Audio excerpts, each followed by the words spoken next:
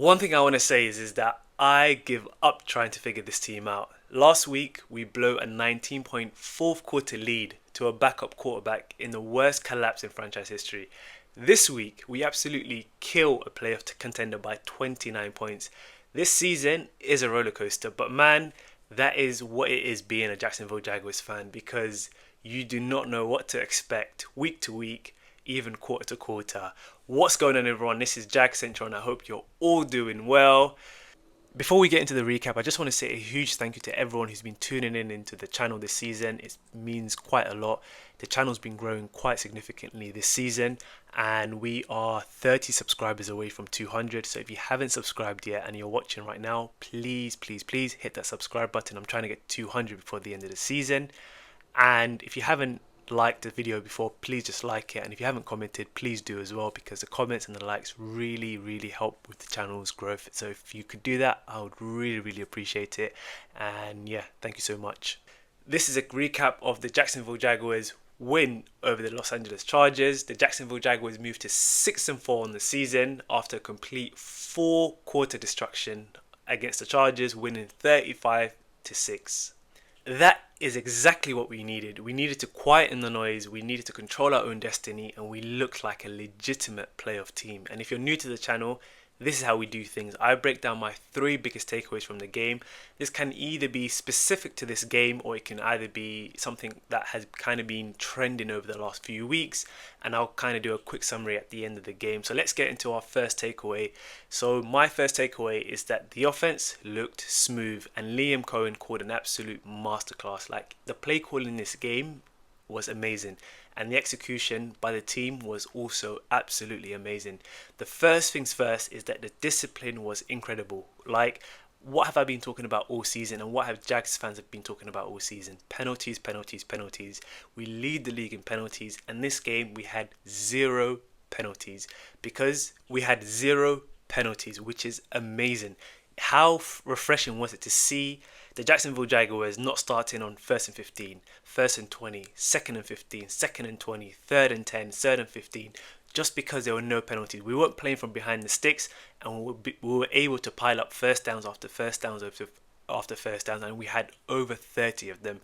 And that, number one, allows Liam Cohen to kind of lean into his team's true strength, which is running the game, running the ball. One thing about Liam Cohen, when his time at the Tampa Bay Buccaneers as the OC, is that their identity was running the ball, and they were very successful in that. And when Liam Cohen had come to the Jacksonville Jaguars in the first, I think, 4 or 5 games, we had definitely had leaned into the running game, and we saw that it kind of was very successful. We were 4-1. We were very dominating on the line of scrimmage, which was great to see. But then I feel like we kind of moved away from running the ball. We started to lean in to more passing the ball, etc., and that didn't really bode too well for us. We lost to the Seahawks and the Rams. At the time, it kind of looked like very bad results. They were bad results, especially the Rams game, losing, I think it was 35-7. But looking at it in hindsight's 2020. The Seahawks and the Rams are legitimate teams, and of course, like, at the time when we had lost to the Seahawks especially, I thought that was a game that we should have won, especially the type of way we lost the game with 2 deep balls that kind of killed us essentially. But when you run the ball like that, the Jaguars rushed for 192 yards and 4 touchdowns.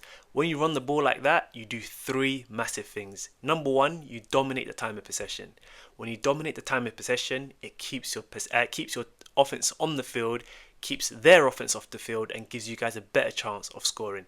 Number 2, you open up the pass, because the defense has to sell out to stop the run, because we are unstoppable when we basically say to ourselves, you know what, we're going to run the ball and we're going to run it down your throats. Because when that happens, the Jacksonville Jaguars are one of the hardest teams, I feel like, to stop running the ball.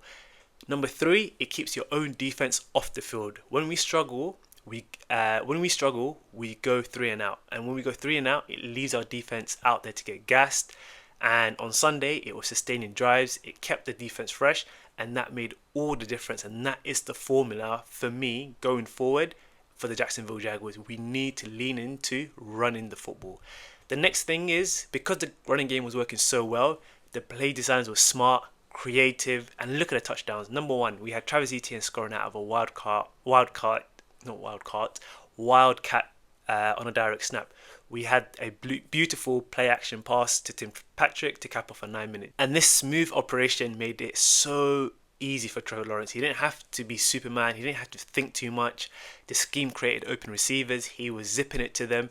The run game took the pressure off him as well. And Trevor Lawrence just could operate. And when the coaching staff calls a game like this, the offense is really, really scary. The second takeaway for me is that the defense, they stepped up. They responded with a total dominant performance against a potent offense. Anthony Capinelli's unit held the Chargers to just 6 points and 135 total yards. So they had 135 total yards and we had 192 rushing yards.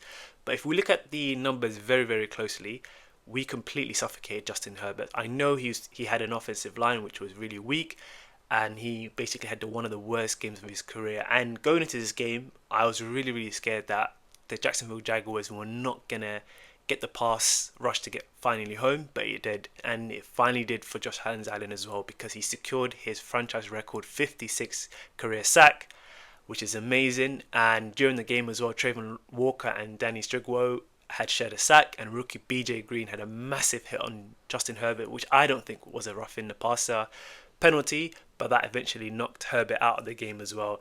And it wasn't just a pass rush. The defense was elite as well. They held the Chargers to just 42 yards on the ground with 2.6 yards per carry, and Justin Herbert was actually their leading rusher with 21 yards. What makes this even more impressive on the defensive side is when you look at it, at who was on the field and who was missing. We were missing Travis Hunter, Jordan Lewis, and Eric Murray.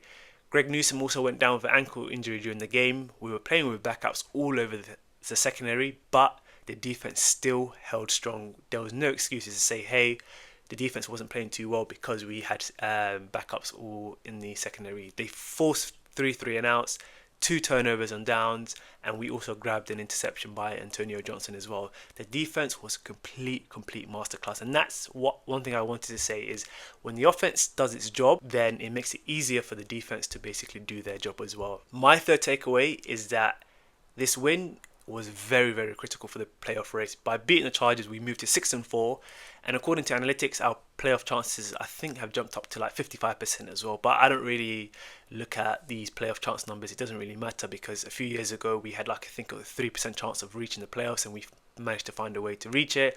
And I think the year after that we were I think 8-3 leading the AFC, and we still found a way to miss the playoffs. So I don't really look at these playoff chances and whatnot. But we control our destiny for the wild card. We now hold the tiebreaker over 2 AFC West contenders, the Chargers and the Chiefs, which puts us in a very, very good position. But dare I say, we can look at the division because right now we are 2 games behind the Colts, who are 8-2. But if we look at their schedule, they have a very, very, very tough schedule. They have to play the Chiefs in Arrowhead. They have to play the Texans twice. They have to play the Red Hot Seahawks, and they also have to play the 49ers, and none of those teams have a losing record. Meanwhile, we still get to play the Colts twice as well. So if we manage to beat the Colts twice, we can definitely have a shout at basically winning the division as well. But let me not get ahead of myself. Let's just take it one game at a time. We control our own destiny, but first we have to beat the Cardinals.